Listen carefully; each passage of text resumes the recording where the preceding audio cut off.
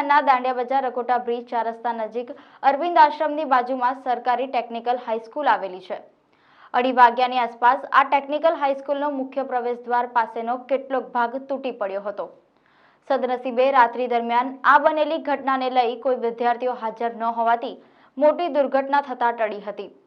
સરકારી ટેકનિકલ હાઈસ્કૂલમાં લેબનો ભાગ હતો જે તૂટી પડ્યો હતો। આ સરકારી ટેકનિકલ હાઈસ્કૂલની ઇમારત વર્ષ 1960માં બની હતી।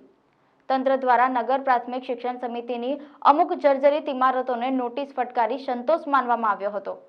ત્યારે દાંડિયા બજાર જેવા વ્યસ્ત રોડ ઉપર આવેલ સરકારી ટેકનિક હાઈસ્કૂલનો આગળનો ભાગ ધરાશાયી થતા તંત્ર સામે અનેક સવાલો ઊભા થવા પામ્યા છે।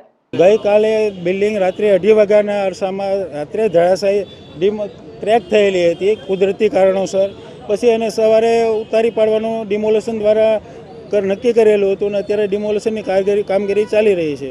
ના ટેકનિકલ સ્કૂલ છે તેનો લેબ કહેવાય એ વિસ્તાર હતો અને 1 જાન્યુઆરી 2024થી બંધ જ હતો। જાનહાનિ નથી થઈ, કોઈ પેલા મશીનરીઓને એ બધું અંદર દબાઈ ગયું છે, એની નુકસાની થયેલી છે।